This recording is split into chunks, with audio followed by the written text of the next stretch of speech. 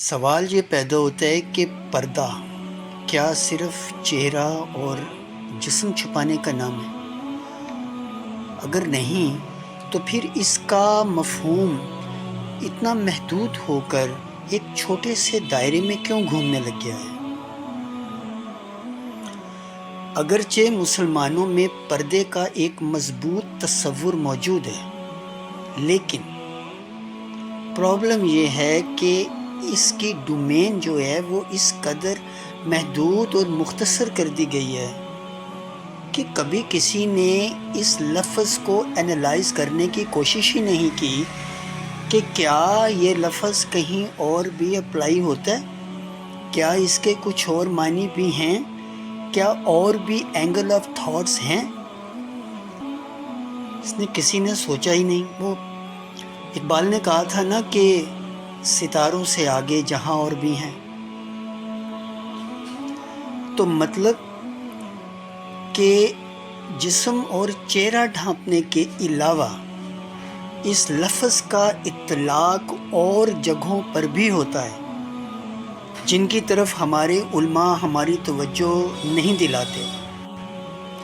اب وہ یہ توجہ کیوں نہیں دلاتے، اس طرف کیوں نہیں آتے، یہ سوچنا آپ کا کام ہے۔ بے شک خواتین میں پردے کا رجحان دینی وابستگی کی علامت ہے اور بلا شبہ کہ یہ ایک قابل تحسین عمل ہے۔ اب وہ برقع ہو، عبایا ہو، یا وہ ویل کر لیں، حجاب کر لیں، چہرے کو چھپا لیں، لیکن کوشچن یہ ہے کہ کیا پردے کا یہ انداز یا پردے کے یہ انداز کیا اسلام کی اس بنیادی اساس کو پورا کرتے ہیں؟ کیا وہ ان پہلوؤں کا احاطہ کرتے ہیں جو دین اسلام کی بنیادی اساس ہے، انٹیگرل پارٹ آف ریلیجن؟ اسی لیے سوال یہ پیدا ہوتا ہے، یعنی پردے کے یہ سارے انداز کیا تہذیبی اقدار سکھاتے ہیں، اخلاقی اقدار سکھاتے ہیں؟ اس کا فیصلہ میں نہیں کروں گا، بلکہ میں آپ کو چند نکات دوں گا سوچنے کے لیے، غور کرنے کے لیے، کیونکہ سوچنا اور غور کرنا ضروری ہوتا ہے۔ ان نکات پر آپ غور کریں اور سوچیں تاکہ آپ فیصلہ کر سکیں کہ اصل پردہ کس کو کہتے ہیں اور اصل بے پردگی کیا ہوتی ہے۔ جی تو سنیے۔ نمبر 1، ایک یتیم بچے کو اپنے باپ کے قصے سنانا یا دوسروں کے باپوں کے قصے سنانا، ان کی باتیں بتانا دلچسپی کے ساتھ، اور یہ بتانا کہ وہ اپنے بچوں کے ساتھ کیسے کھیلتے ہیں، بے پردگی کے ضمن میں آتا ہے۔ اور ایک بیوہ عورت کے سامنے اپنے خاوند کی باتیں کرنا، اپنے خاوند کی تعریف کرنا، بے اولاد لوگوں کے سامنے اپنے بچوں کی باتیں کرنا بے پردگی کہلاتا ہے۔ جی تو ذرا آگے چلتے ہیں۔ اچھے اور اعلیٰ قسم کے کھانوں سے پیٹ بھر کر غریب اور نادار لوگ جو اس لیول پر جا کر کھا پی نہیں سکتے، ان کو ان کھانوں کی لذت کے بارے میں بتانا، ان کھانوں کے ذائقوں کے بارے میں بتانا، that's wrong. That is unethical. یہ ہے بے پردگی جس کا پردہ رکھنا ضروری ہے۔ اس کو مت بتائیں کہ ہم فلانے ہوٹل میں گئے تھے، ہم فلانے ریسٹورنٹ میں گئے تھے، ہم نے فلانی چیز آرڈر کرائی تھی اور اس کا تو یہ ذائقہ تھا، اس کا تو وہ ذائقہ تھا۔ اپنے ہم پلہ آدمی کے ساتھ، لوگوں کے ساتھ کر لیں، بتائیں ان کو، پھر وہ بھی آپ کو بتائیں گے کہ وہ کہاں گئے تھے، انہوں نے کیا کیا تھا، پھر شاید آپ فرسٹریشن فیل کریں۔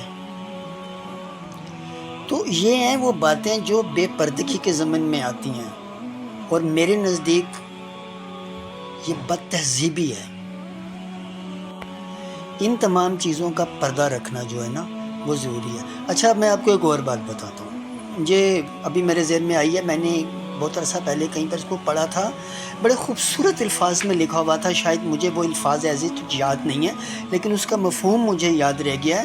وہ لکھا ہوا تھا کہ دھیان رکھیں، آپ کی تھالیوں میں، آپ کی پلیٹوں میں بجنے والے چمچ کی آوازیں ایک بھوکے غریب اور نادار شخص کے کانوں تک نہیں پہنچنی چاہیے۔ اس آواز کو دوسروں سے روکے رکھنا۔ اہل شعور اور اہل دل جو حضرات ہیں وہ اس کو پردہ مانتے ہیں۔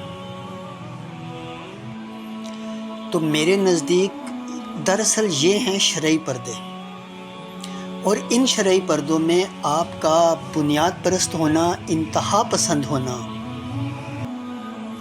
ایک مسلم معاشرے کی تعمیر و ترقی کے لیے، آپ کے دین و مذہب کی تعمیر و ترقی کے لیے بے انتہا ضروری ہے۔ اس میں آپ جس قدر انتہا پسند ہوتے جائیں گے، ہو جائیں انتہا پسند۔ اگر کوئی ان اخلاقی اقدار کو وائلیٹ کر رہا ہے، ان کو بائی پاس کرتا ہے، ان کو توڑتا ہے، ان کا خیال نہیں کرتا، ہو جائیں انتہا پسند، کر دیں اس کی ایسی کی تیسی، اس کو سمجھائیں۔ اسی سے ایک مسلمان معاشرے کی تعمیر و ترقی ممکن ہے، اور بہت حد تک ممکن ہے۔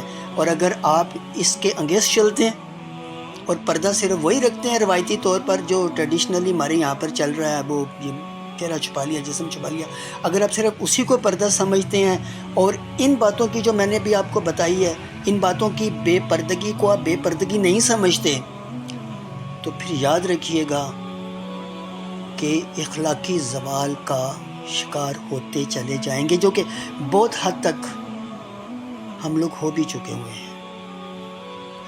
تو میرے نزدیک اصل پردہ